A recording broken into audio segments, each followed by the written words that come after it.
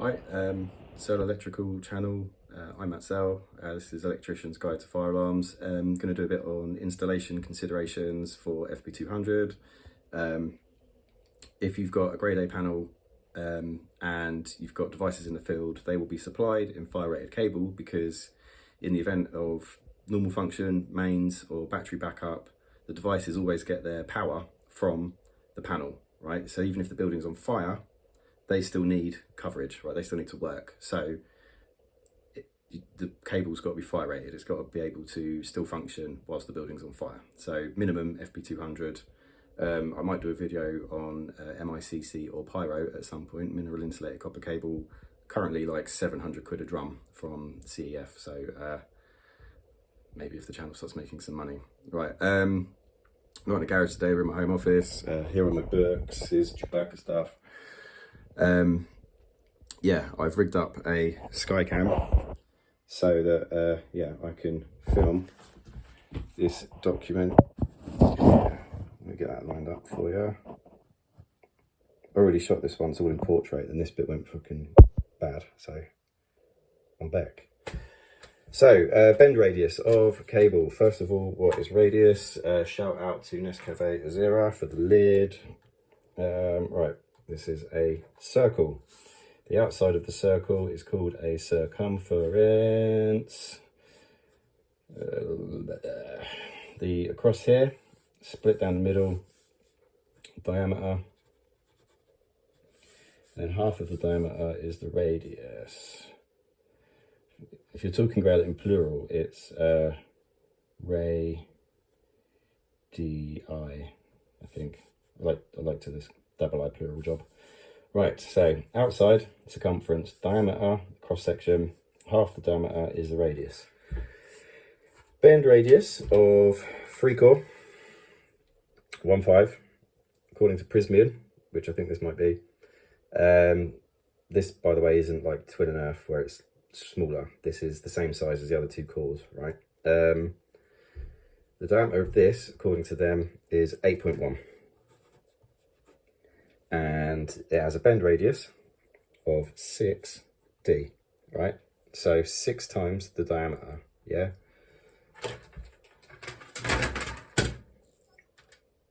.1 times 6 equals 48.6. So that is our bend radius, yeah? 8.1 cable diameter, bend radius, 48.6. Right, what does that look like? Here's a trick for being on site. I'll do a bigger version of this when I'm cutting in like speakers and stuff or whatever. Right, so 48.6, 48.5, 48.6, about there, right? Get something sharp, like screw, poke through these holes.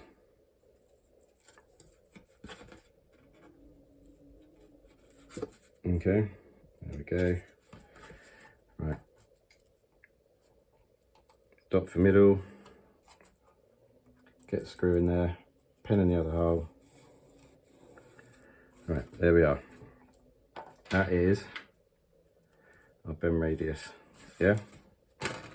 So that is what this is going to be, like the smallest this can bend, yeah?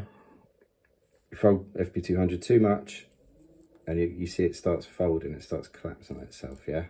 I'm going to do an exaggerated version of that, which becomes an issue because these cores are very soft, and that is alley coated in the middle. So then that alley can start piercing through that soft insulation, can cable short, you know, earth faults, anything you like on the panel, right? So that is the smallest we want to go with this. So if we compare it to, say, conduit, yeah, it's too small, right? You're going to fold that cable over, right? If you are slick, right, you know, you can sometimes get it to go if there's one of them and you just sort of get away with it, yeah? But once you're down the other bits of tube, or if you've got 2 cables, it starts going. I can already see it's folding there, and that's not the fold I did earlier. So that's too small. Let's compare it to what else we install FP200 in all the time. MT2 or YT2, depending if it's amateur hour, sticky back or whatever. Again, too small. I mean, you can just get it, like you can just get one maybe, but that is inside of Let me get a fresh bit. That is, you know, inside of manufacturer's recommendations. Why does it matter? I mean, you can get it in there, you can even get it in with a little fold and it will still work, right?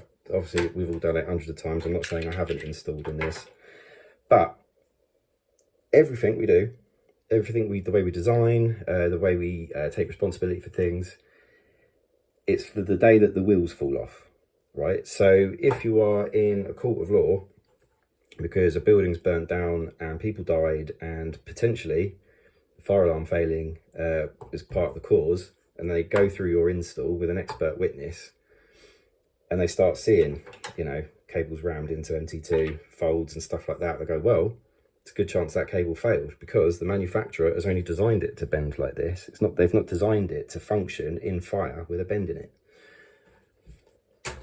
And then that could be your air. So, am I still the right way up? Don't know. Yeah, so really, if we get everything correct first time, besides the fact that you probably are going to save lives, which is the point of the whole thing, also, you're not going to get dragged over the coals, or if you are dragged over the coals, you've done everything properly to the best of your ability. So rather than coming in and out of, don't mean to make everyone seasick by whipping around here, rather than using these, I just don't like MT2 anyway. I think it looks shit. I'd much rather, you know, don't put in 25 by 16, put in 50 by 50, make a statement of it.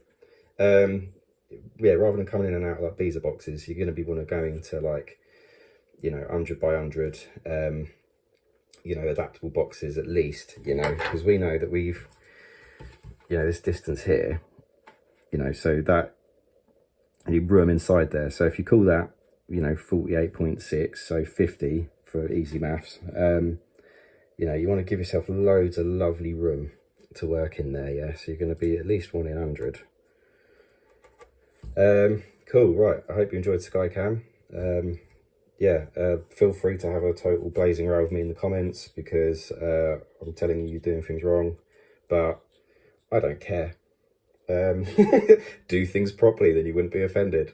Okay, thanks. See you on the next one.